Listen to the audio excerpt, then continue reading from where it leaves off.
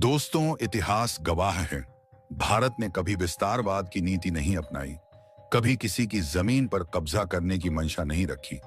लेकिन जब बात आई है अपने वीर सपूतों के सम्मान की, तब हिंदुस्तान ने सिर्फ जवाब नहीं दिया, बल्कि इतिहास की दिशा और भूगोल दोनों बदल दिए।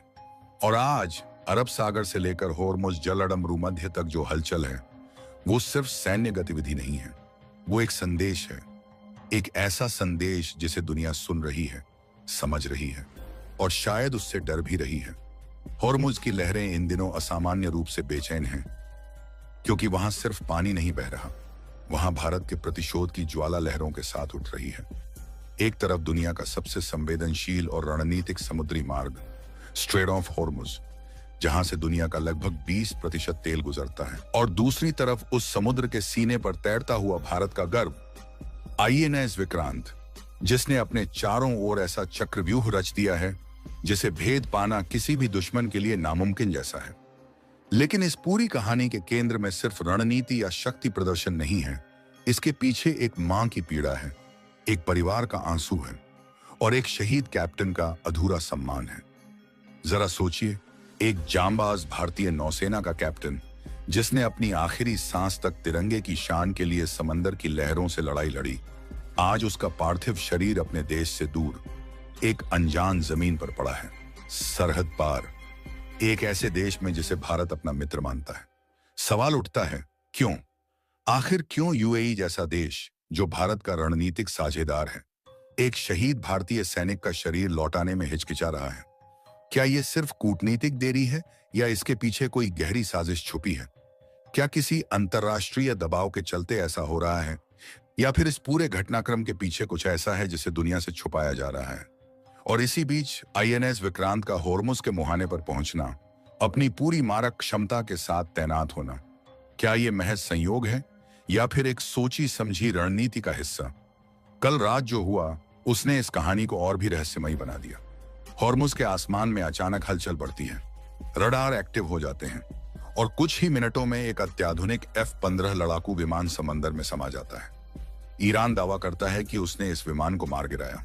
अमेरिका इसे अफवाह बताकर खारिज करता है, लेकिन दुनिया की खुफिया एजेंसियां चुप नहीं हैं। वे एक ही नाम की तरफ इशारा कर रही हैं, आईएनएस विक्रांत। क्या यह संभव है कि विक्रांत पर लगी कोई गुप्त स्वदेशी तकनीक, कोई ऐसा स्टेल्थ डिफेंस सिस्टम जिसने बिना किसी आधिकारिक घोषणा के दुश्मन के विमान को निशाना बनाया और उसे खत्म कर दिया? अगर ऐसा है, तो यह सिर्फ एक सैन्य कार्रवाई नहीं, बल्कि टेक्नोलॉजी के क्षेत्र में भारत की एक बड़ी छलांग है। एक ऐसा संकेत कि भारत अब सिर्फ रक्षात्मक नहीं, कि आक्रामक और सटीक जवाब देने में सक्षम है। और अगर यह कार्रवाई सच में भारत की ओर से की गई है, तो क्या यह उस शहीद कैप्टन की शहादत का पहला बदला है? क्या यह एक संदेश है कि भारत अपने हर सैनिक के सम्मान के लिए किसी भी हद तक जा सकता है? लेकिन इस पूरी कहानी में एक और परत है, ऑपरेशन त्रिशूल। नाम से ही स्पष्ट है कि यह कोई सामान्य मिशन नहीं है। त्रिशूल 3 दिशाओं से वार करने वाला, सटीक और घातक। सूत्रों की माने तो इस ऑपरेशन में 3 प्रमुख तत्व शामिल हैं: समुद्री शक्ति, हवाई निगरानी और साइबर इंटेलिजेंस। आईएनएस विक्रांत सिर्फ एक एयरक्राफ्ट कैरियर नहीं है, वो एक फ्लोटिंग कमांड सेंटर है, जहां से पूरे ऑपरेशन को नियंत्रित किया जा सकता है। उसके साथ तैनात हैं अत्याधुनिक डेस्ट्रॉयर, फ्रिगेट्स और सबमरीन, जो हर दिशा से सुरक्षा कवच प्रदान कर रहे हैं। आसमान में भारतीय नौसेना के P-8I पोसिडॉन विमान लगातार निगरानी कर रहे हैं, हर गतिविधि पर नजर रखी जा रही है, और साइबर यूनिट्स दुश्मन के कम्युनिकेशन सिस्टम को ट्रैक और इंटरसेप्ट कर रही हैं। ये एक ऐसा जाल है जिसमें फंसने के बाद निकलना लगभग असंभव है। लेकिन सबसे बड़ा सवाल अभी भी वही है, क्या ये सब सिर्फ एक शहीद के सम्मान के लिए है, या इसके पीछे कोई बड़ा रणनीतिक खेल चल रहा है? क्या भारत इस मौके का इस्तेमाल अपने समुद्री प्रभुत्व को स्थापित करने के लिए कर रहा है, या फिर ये एक चेतावनी है उन सभी देशों के लिए जो भारत की सहनशीलता को उसकी कमजोरी समझते हैं? और अगर यूएई सच में किसी दबाव में है, तो वो दबाव किसका है? अमेरिका, ईरान, या कोई तीसरी ताकत जो इस पूरे क्षेत्र में अस्थिरता फैलाना चाहती है? जैसे जैसे ये घटनाएं सामने आ रही हैं, एक बात साफ होती जा रही है, ये सिर्फ एक सैन्य या कूटनीतिक मुद्दा नहीं है, ये एक इमोशनल और राष्ट्रीय सम्मान का सवाल बन चुका है।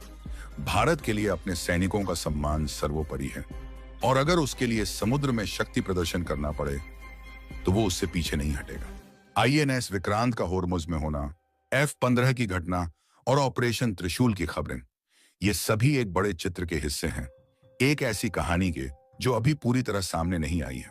लेकिन इतना तय है कि आने वाले दिनों में इस क्षेत्र में और भी हलचल देखने को मिल सकती है। क्या भारत अपने शहीद कैप्टन का पार्थिव शरीर वापस लाने में सफल होगा? क्या ऑपरेशन त्रिशूल अपने अगले चरण में प्रवेश करेगा? और सबसे बड़ा सवाल, क्या ये घटनाएं किसी बड़े टकराव की शुरुआत हैं या फिर एक सटीक और सीमित कार्रवाई के जरिए भारत अपने संदेश को दुनिया तक पहुंचाने में सफल हो जाएगा? दोस्तों, ये कहानी अभी खत्म नहीं हुई है। ये तो बस शुरुआत है, एक ऐसे अध्याय की जिसे इतिहास लंबे समय तक याद रखेगा। हॉर्मुज जलडमरूमध्य, दुनिया के नक्शे पर दिखने वाला एक पतला सा समुद्री रास्ता, असल में वैश्विक अर्थव्यवस्था की धड़कन है, क्योंकि यहां से गुजरने वाला हर जहाज सिर्फ तेल नहीं बल्कि दुनिया की ऊर्जा सुरक्षा, राजनीतिक संतुलन और महाशक्तियों के बीच शक्ति संतुलन को भी अपने साथ लेकर चलता है। और यही वजह है कि जब इस क्षेत्र के चारों ओर भारत के लोहे के जाल यानी एक सुसंगठित नौसैनिक तैनाती की खबरें सामने आती हैं, तो यह सिर्फ एक सैन्य गतिविधि नहीं बल्कि एक गहरे रणनीतिक संकेत के रूप में देखी जाती है, जिसमें कई परतें छुपी होती हैं। ऊपर से यह समुद्री सुरक्षा और अपने व्यापारिक हितों की रक्षा का कदम लगता है, लेकिन भीतर ही भीतर यह पश्चिम एशिया में बदलते गठबंधनों, ऊर्जा आपूर्ति के भविष्य और वैश्विक शक्ति संतुलन के नए समीकरणों की कहानी कहता है। भारत, जो दुनिया का तीसरा सबसे बड़ा तेल आयातक है, अपनी ऊर्जा जरूरतों का लगभग 60% से अधिक हिस्सा इसी क्षेत्र से प्राप्त करता है। ऐसे में हॉर्मुज का कोई भी संकट सीधे भारत की अर्थव्यवस्था, महंगाई और राष्ट्रीय सुरक्षा को प्रभावित कर सकता है। और यही कारण है कि भारतीय नौसेना ने पिछले कुछ वर्षों में अपनी ब्लू वाटर नेवी क्षमता को तेजी से बढ़ाया है, जिसमें आईएनएस कोलकाता, आईएनएस सूरत और आईएनएस चेन्नई जैसे अत्याधुनिक विध्वंसक जहाज शामिल हैं, जिन्हें अगर इस जलडमरूमध्य के आसपास रणनीतिक रूप से तैनात किया जाता है तो यह केवल एक रक्षात्मक कदम नहीं बल्कि एक डिटरेंस यानी भय पैदा करने वाली रणनीति होती है, जिसका उद्देश्य संभावित दुश्मनों, चाहे वे राज्य हों या गैर राज्य तत्व, को यह संदेश देना होता है कि भारत अपने हितों की रक्षा के लिए किसी भी हद तक जा सकता है। इन जहाजों पर तैनात ब्रह्मोस सुपरसोनिक क्रूज मिसाइलें, जिनकी मारक क्षमता 300 से 500 किलोमीटर तक है, और बराक 8 जैसे अत्याधुनिक एयर डिफेंस सिस्टम उन्हें समुद्र में तैरते हुए किलों में बदल देते हैं, जो एक साथ कई लक्ष्यों को ट्रैक और नष्ट करने में सक्षम हैं। और जब इन जहाजों के साथ एक एयरक्राफ्ट कैरियर जैसे आईएनएस विक्रांत का नाम जुड़ता है तो यह पूरी तैनाती एक कैरियर स्ट्राइक ग्रुप का रूप ले लेती है, जो किसी भी क्षेत्र में हवाई, समुद्री और इलेक्ट्रॉनिक युद्ध की पूरी क्षमता के साथ काम कर सकता है। लेकिन सवाल यह उठता है कि क्या यह सब सिर्फ समुद्री डकैती या जहाजों की सुरक्षा के लिए है या इसके पीछे कोई बड़ा राजनीतिक खेल चल रहा है, खासकर भारत और यूएई जैसे देशों के बीच, जिन्होंने पिछले कुछ वर्षों में अपने संबंधों को अभूतपूर्व स्तर तक मजबूत किया है, चाहे वह ऊर्जा साझेदारी हो, रक्षा सहयोग हो या फिर निवेश और व्यापार के नए समझौते। यूएई, जो हॉर्मुज के ठीक बाहर स्थित है, भारत के लिए एक रणनीतिक साझेदार बन चुका है और दोनों देशों के बीच बढ़ती नजदीकियां इस क्षेत्र में एक नए मिनी अलायंस की ओर इशारा करती हैं, जो पारंपरिक पश्चिमी गठबंधनों से अलग एक स्वतंत्र शक्ति केंद्र के रूप में उभर सकता है। इसके साथ ही ईरान की भूमिका को नजरअंदाज नहीं किया जा सकता, जो हॉर्मुज जलडमरूमध्य के उत्तरी किनारे पर स्थित है और जिसने कई बार यह चेतावनी दी है कि अगर उसके खिलाफ कोई सैन्य या आर्थिक दबाव बढ़ता है तो वह इस जलमार्ग को बंद कर सकता है। ऐसे में भारत के लिए यह एक संतुलन साधने वाली स्थिति बन जाती है, क्योंकि एक तरफ उसे ईरान के साथ अपने ऐतिहासिक और रणनीतिक संबंधों को बनाए रखना है, जैसे चाबहार पोर्ट प्रोजेक्ट, तो दूसरी तरफ उसे खाड़ी देशों और पश्चिमी शक्तियों के साथ भी अपने संबंधों को मजबूत रखना है। और यही मल्टी अलाइनमेंट की नीति भारत को इस क्षेत्र में एक अनोखी स्थिति में खड़ा करती है, जहां वह किसी एक पक्ष का हिस्सा बने बिना सभी के साथ काम कर सकता है।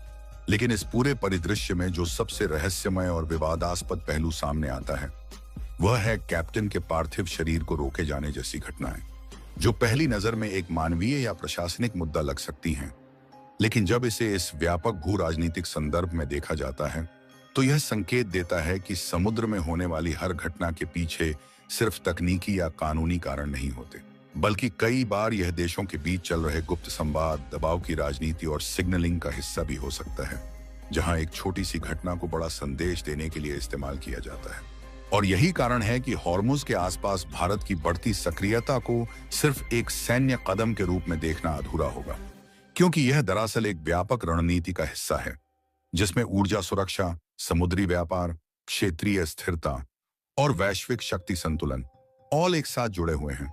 और इस रणनीति का असली मकसद सिर्फ वर्तमान खतरों से निपटना नहीं, बल्कि भविष्य के उन अनिश्चित परिदृश्यों के लिए तैयार रहना है जहां समुद्र ही युद्ध का सबसे बड़ा मैदान बन सकता है और जहां जीत सिर्फ हथियारों से नहीं बल्कि समझदारी, गठबंधनों और सही समय पर लिए गए फैसलों से तय होगी।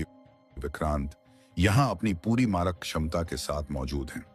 इसके डेक से उड़ने वाले लड़ाकू विमान न केवल आसमान पर नजर रखे हुए हैं, बल्कि समंदर की गहराई में छिपी पनडुब्बियों के लिए भी काल बने हुए हैं।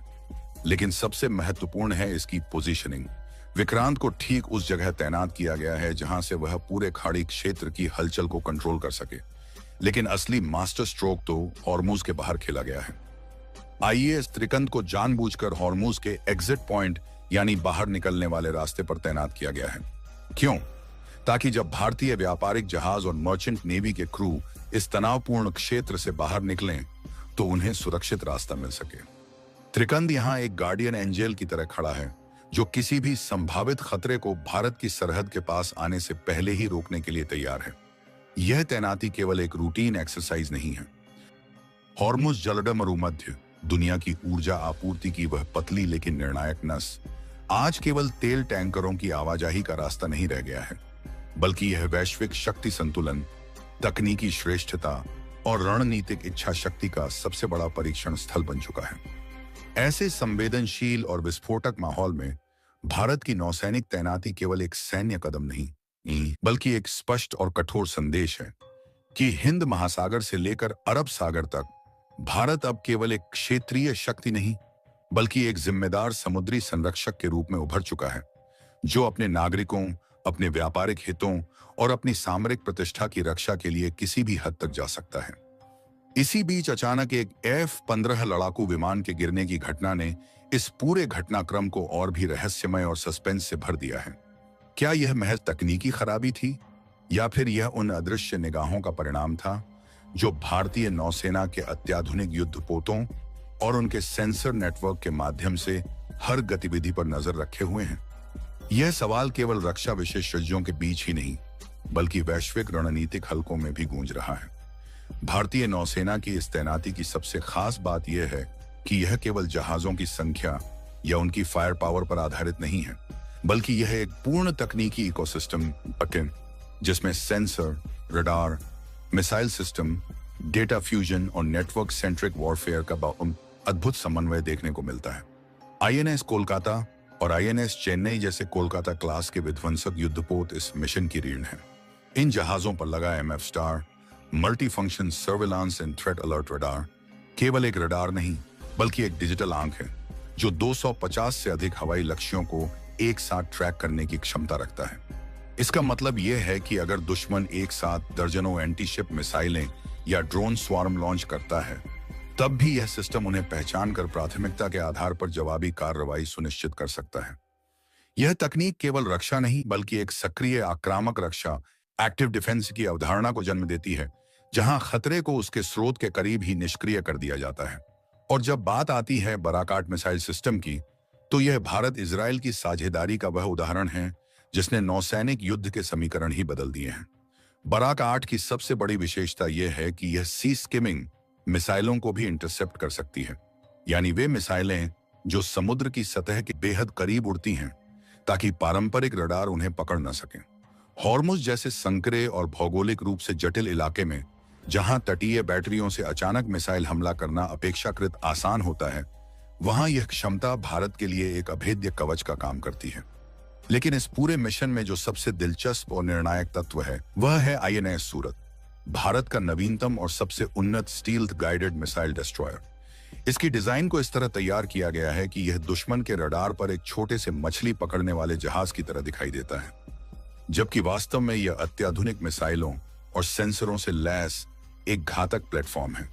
इसकी लो ऑब्जर्वेबिलिटी तकनीक और इलेक्ट्रॉनिक वॉरफेयर सिस्टम इसे एक घोस्ट शिप जैसा बना देते हैं, जो दुश्मन के रडार नेटवर्क के बीच में रहकर भी अदृश्य बना रह सकता है। सूरत और चेन्नई की जोड़ी ने जिस तरह हॉर्मुज के उत्तरी हिस्से को कवर किया है, उसने इस पूरे क्षेत्र में एक प्रकार का डिनायल जोन स्थापित कर दिया है, जहां बिना भारतीय नौसेना की जानकारी और अनुमति के कोई भी सैन्य या संदिग्ध गतिविधि लगभग असंभव हो जाती है। यह केवल भौतिक नियंत्रण नहीं, बल्कि एक मनोवैज्ञानिक प्रभुत्व भी है, जो यह संकेत देता है कि भारत अब केवल प्रतिक्रिया देने वाला देश नहीं, बल्कि पहले से ही खतरे को भांपकर उसे निष्प्रभावी करने की क्षमता रखता है। इस पूरे परिदृश्य में F-15 के गिरने की घटना एक रहस्य बनकर उभरती है। आधिकारिक तौर पर इसे तकनीकी खराबी कहा जा सकता है, लेकिन जिस समय और जिस स्थान पर यह घटना हुई, उसने कई सवाल खड़े कर दिए हैं। क्या यह संभव है कि भारतीय नौसेना के इलेक्ट्रॉनिक वॉरफेयर सिस्टम ने किसी प्रकार का इंटरफेरेंस पैदा किया हो? क्या यह एक साइबर इलेक्ट्रॉनिक संघर्ष का संकेत है, जहां बिना एक भी गोली चलाए दुश्मन की क्षमताओं को कमजोर किया जा सकता है? या फिर यह महज एक संयोग है, जिसे रणनीतिक विश्लेषक जरूरत से ज्यादा महत्व दे रहे हैं? इन सवालों के जवाब शायद अभी स्पष्ट न हों, लेकिन इतना जरूर है कि आधुनिक युद्ध अब केवल मिसाइल और बम तक सीमित नहीं रह गया है। यह सेंसर, सॉफ्टवेयर, डेटा और अदृश्य तरंगों का खेल बन चुका है। और इस खेल में भारत ने जिस स्तर की तैयारी और क्षमता का प्रदर्शन किया है, वह न केवल उसके विरोधियों के लिए एक चेतावनी है, बल्कि उसके सहयोगियों के लिए एक भरोसा भी है। हॉर्मुज में यह तैनाती एक तरह से भारत की ब्लू वाटर नेवी की परिकल्पना का सजीव उदाहरण है, जहां वह अपने तटों से हजारों किलोमीटर दूर भी अपने हितों की रक्षा करने में सक्षम है। यह मिशन यह भी दर्शाता है कि भारत अब केवल अपनी सीमाओं की रक्षा तक सीमित नहीं है, बल्कि वह वैश्विक समुद्री सुरक्षा में एक सक्रिय भागीदार बन चुका है।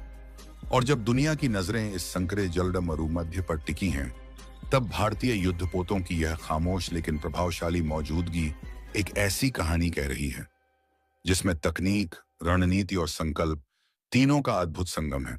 वहीं IAS विक्रांत की असली ताकत इसके डेक के नीचे छिपी है। वहां एक अत्याधुनिक कमांड एंड कंट्रोल सेंटर है, जो सीधे सैटेलाइट के जरिए दिल्ली में बैठे नौसेना मुख्यालय से जुड़ा है। यहां से न केवल हॉर्मुज, बल्कि पूरे ओमान की खाड़ी और फारस की खाड़ी की हर लहर पर नजर रखी जा रही है। विक्रांत की मौजूदगी ने ईरान और अमेरिका दोनों को यह सोचने पर मजबूर कर दिया है कि इस इलाके का नया गेम चेंजर अब भारत है।